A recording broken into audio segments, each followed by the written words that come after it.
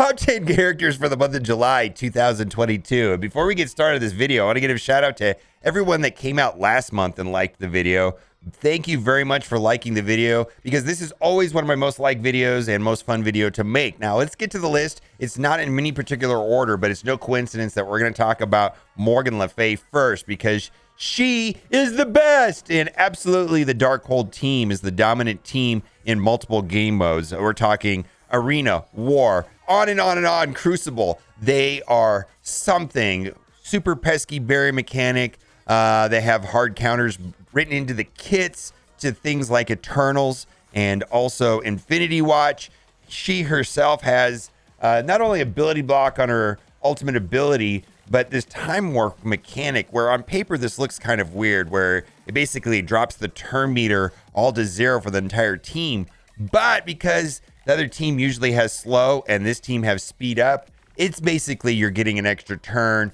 All kinds of turn meter manipulation in her passive easily makes Morgan Le Fay one of the top picks for our top 10 list. Before we get on to our next character, let's have a brief message from our sponsor. Raid Shadow Legends is taking over, and gaming will never be the same. Raid is the first game to bring a true console level experience to your phone, with hundreds of artifacts to equip and over 600 champions blessed with unique skills. You can build your team, develop your champions, and raid your way. I was pretty hyped the other day when I unlocked Valkyrie, one of the best characters in the game. Now that I've got her unlocked, I'm going back in some of the old campaign nodes that I wasn't able to get 3 stars, and I'm using her to get 3 stars in all the missions. And there's a ton happening in Raid this month. They're bringing out 5 badass looking new champions that I can't wait to get my hands on. They're overhauling the champion vault. Raid's running a huge series of summer splash events for the whole month, where you can get your hands on some incredible skins for everyone's favorite dwarf, Trunda. But wait, there's more. Raid's currently running a special Deliana Chase event where you can get your hands on the amazing Deliana, a brand new legendary champion from the High Elves faction, just by logging in. All you have to do is log in and play Raid for 7 days between now and July 28th, and you'll get Deliana for free. That's it. All new players, listen up. Once you're in game, just enter the promo code MyDeliana to get your hands on everything. Simple. Get 50 experience brews to instantly get your legendary hero Deliana to max level 50,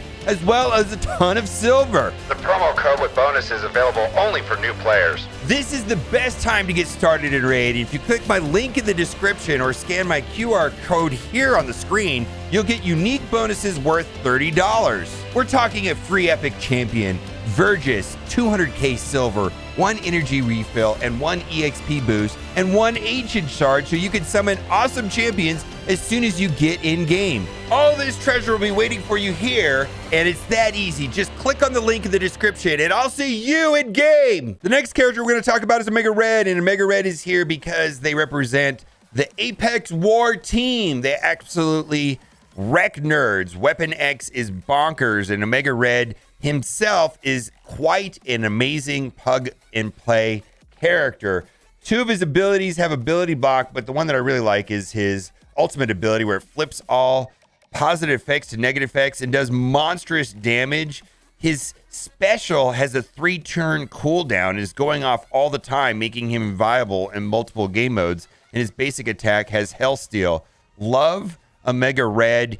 Easily one who makes the top 10 characters. Now, this list for this month does have more than 10 characters, and it's not in any particular order, but a lot of these characters that we're talking about first are some of the best plug-and-play characters in the game. Dormammu, probably the best plug-and-play character in the game. He is the rewards for Dark Dimension 5. His character does so many things. A lot of people, when they think about Dormammu, they initially think about the revive that he gives to the other teammates, but I want to say that his charge mechanic is probably just as impactful. On enemy turn, if charged, flip all positive effects to negative effects and apply 2 bleed to that enemy. And that is super bonkers, because that goes off when he does his special ability where he stuns somebody and he gains 3 charged effects. So that mechanic will last for 3 turns.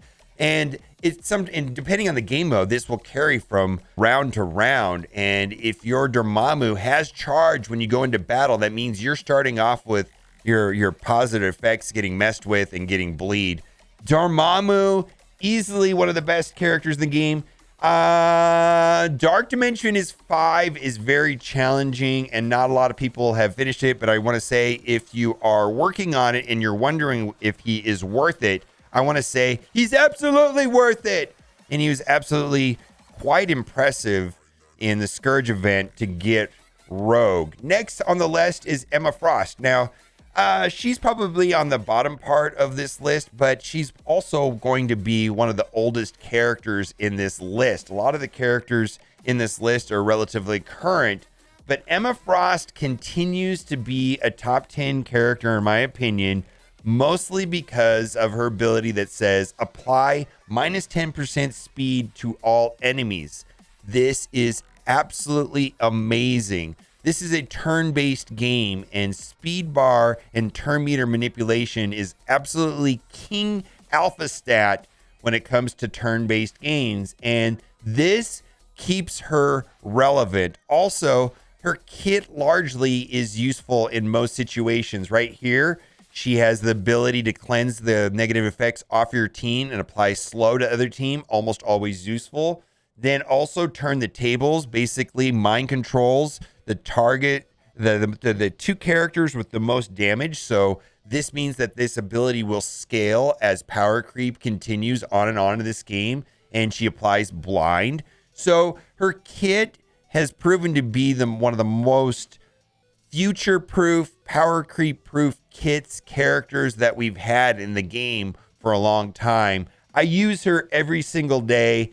Plug and play, useful in so many situations. Next on the list is Kestrel. Kestrel, my goodness. The cool thing about Kestrel is that she is cosmic and tech. So she's helpful inside of 2 different lanes inside of the Doom raids. Now, I believe we're going to be getting an update soon, and we're going to be getting a new Doom raid or new something. I'm not really sure if it's going to just be a higher difficulty or what, but I'm fully expecting us to get some sort of expansion on the Doom raids. Now, the one thing I'll say about Kestrel is that she is a plug and play character, and her play style is probably my favorite, mostly because of her passive where the pings. I just love characters that have pings like Black Bolt and Agatha and Deathpool. And then right now, we also have it on Gambit and Kestrel. During ally turn, if an enemy with defense down is attacked, attack the most injured enemy for 400% damage. And boy, if they have defense down on them, that's a double whammy. She just does so many things right here. She has an ability right here, which will bypass revive. Characters killed by this attack cannot be revived, almost always useful. This ability right here applies defense down, and it's a cleave attack, so it can hit multiple targets. Not an AoE, but it is a multiple attack. And her basic attack also applies defense down.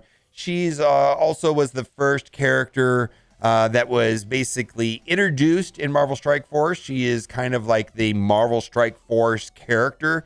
She wasn't in the comic books or anything like that before, and she was designed for this game. Easily one of the better plug and play characters. Next on the list is Dr. Doom. Dr. Doom was the reward for Dark Dimension 4, and yes, he is still insanely relevant. Both Dr. Doom and Dormammu play like mini bosses, and if they are on the opposing team, you almost have to approach it like a boss, like a little puzzle. And the reason for that is that once his ultimate goes off, he's going to take multiple turns in a row and spawn a bunch of bots and then do a massive AoE explosion. And that's a tricky thing. You know, the main way to counter Dr. Doom is going to be ability block. But if you drop him too low on that first turn, then he gets turn meter. When this character or a Fantastic Four ally drops below 50% health, grant them ability energy and fill their speed bar by 50%. Meaning, if you ping him below 50% into yellow, he's going to go off turn 1, and that's usually a bad time. So it's always this trick to try to get ability block on him. Easily makes the top 10 character list for sure. Next, we have to talk about Shang-Chi. And the reason why he's on the list is because he is probably one of my favorite characters to play. And I'm also taking like key members from each part of the Doom raids. Like, for example, right now, Dr. Doom is very useful, not only in the tech part with KESTREL. And then here we have Shang-Chi, who is the skill part, along with Secret Avengers and KESTREL. I just really like how his kit plays out. Now, one of the things that you can get the most out of him is that his ultimate ability does more damage based on the number of positive effects from the primary target. So I know for a long time I would just hit this and just think it was a normal AoE, but you really need to seek out and target the character that has the most number of positive effects, because then you wreck nerds and get a lot more damage. And his kit is just bonkers. This is a 3-turn cooldown, and then his middle ability not only does quite a bit of damage, but it also clears positive effects, a small number of positive effects, but it does clear some positive effects and does some healing. Only thing I don't like about this is that it heals before it clears the negative effects. So that sometimes gets messed up by heal block. But one of my favorite characters, absolutely beast, and does tons of damage, and plus reducing speed bar on his ultimate is always a good time. Next on the list is Adam Warlock. Now, actually, I had to kind of like consider putting Infinity Watch on this list. Now, Infinity Watch is not dominant right now in any game mode, but they are second or third best in nearly every game mode. Infinity Watch is not a joke, without a doubt, and they were the dominant arena team before Eternals came out, and then after Eternals, it became Darkhold. But I'm still finding that in multiple game modes, I'm valuing the importance of having a fully developed Infinity Watch, whether that is War or Cosmic Crucible. Seems like I get a ton of use out of Infinity Watch, but you know, they're fading, and they're probably fading faster than some of these other teams that we're talking about on the list. And it seems to me that the developers continue to have to put anti-assist mechanics in various forms to kind of neuter this team, to create a counter to them, something that slows down that skirmisher striker combo with Nebula. Anyways, let's move on to the next character, and that is Icarus. Icarus! And when I talk about Icarus, I'm also talking about Cersei. The two of them together probably make the strongest duo in the game, without a doubt. Crazy damage, specifically in arena. But more importantly than that, both of them have the ability on their turn 1 AoEs to remove turn meter. And this is just an amazing, and I just love any kind of turn meter manipulation. Attack all enemies for 400% damage, and reduce speed bar for all enemies by 25% damage.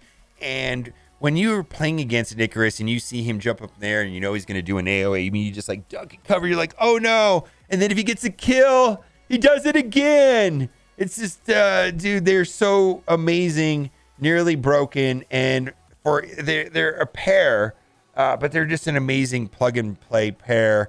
Can't say enough good things about Icarus and Cersei. Internals are very, very important. Squirrel Girl. She's an outlier on this list. Like, she's probably one of the lowest on the list. But I wanted to put Squirrel Girl on this list because she represents the Young Avengers. And the Young Avengers is pretty much have everything to do with the Rogue Scourge event that's going on right now.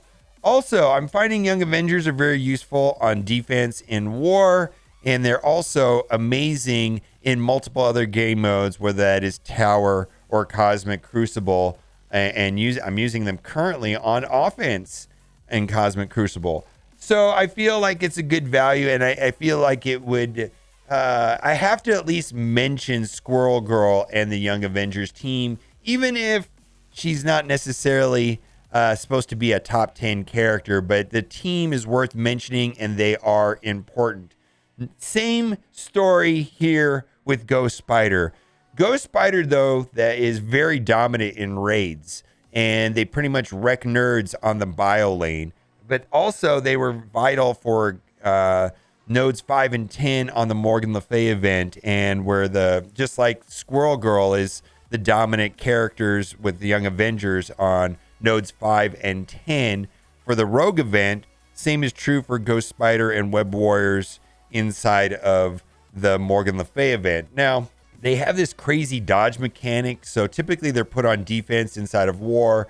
Typically they're put on defense inside of Cosmic Crucible, just because they steal points by dodging and dodging and dodging, and the AI can just decide to dodge a million times in a row, and that creates problems. Anyways, definitely have to mention Ghost Spider.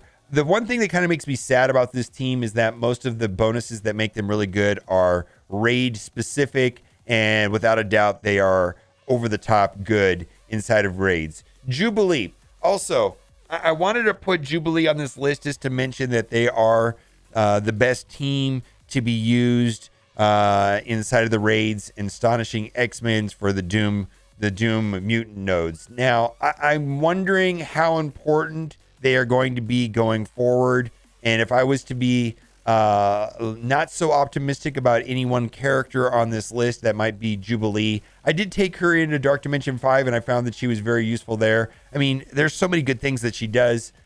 Blind on her basic attack. That's very good. Stun on her ultimate and reducing a speed bar. Then Plasmoid Party. If she gets a kill, it spreads the negative effects to the rest of the team. When so whatever if she is able to get the kill from this middle ability, it spreads all the negative effects, which is usually a blind. Spreading that blind to the whole team is very, very, very useful.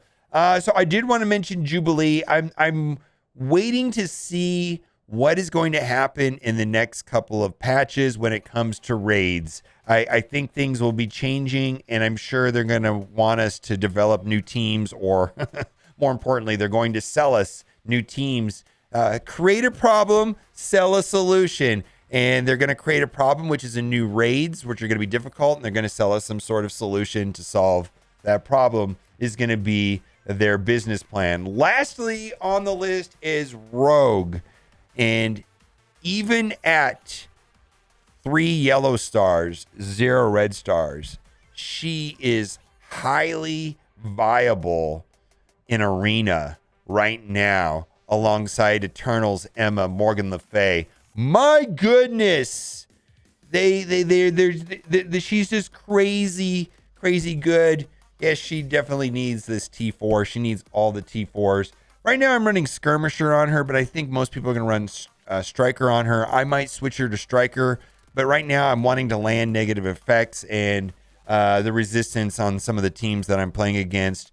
She's not able to land a lot of her abilities because of having basically no stars on her at all. No red stars, 3 yellow stars. But I'm telling you, she's amazing. And the reason why she's so amazing is, first, she's pretty fast. And this goes off very early in the match. And you're able to apply all of these negative effects, gain all of these positive effects, but more importantly, reduce speed par on the primary target for 50%, which that cannot be resisted. And then she gains 50% speed bar, which means that she's immediately going into this stun AoE right after. Copy and clear 2 positive effects from each enemy. My goodness, her kit is bonkers. Bonkers. I'm going to tell you right now, these legendary characters are not a joke. Morgan Le Fay is not a joke. Rogue is not a joke. We're going to see how many different game modes this Unlimited X-Men is going to be useful on.